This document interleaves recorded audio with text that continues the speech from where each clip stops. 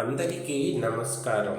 మానవుడు శరీరం మీద ధరించే ఆభరణాలన్నీ శాశ్వతమైనవి కావని, నిర్మలమైన మాట ఒక్కటే శాశ్వతమైన అలంకారమని భర్తృహరి ఈ శ్లోకంలో ఇలా తెలియజేస్తున్నారు.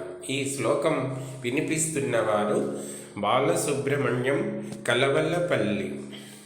కేయూరాణి నభూషయంతి పురుషం హారాన చంద్రోజ్వలా న స్నానం న విలేపనం న కుసుమం నాలంకృతా మూర్ధజా వాణ్యేకాసమలంకరోతి పురుషం యా సంస్కృతా ధార్యతే క్షీయంతే అఖిలభూషణాని సతతం వాగ్భూషణం భూషణం.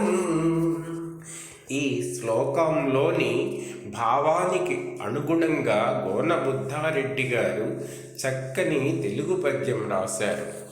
భూషలుగావు మర్చులకు భూరిమయాంగద తారహారముల్ భూషిత కేశపాస మృదు పుష్ప సుగంధ జలాభిషేకముల్ భూషలుగావు పురుషుని భూషితు చేయు పవిత్రవాణి వాగ్భూషణమే సుభూషణము భూషణముల్ నశించునన్నియున్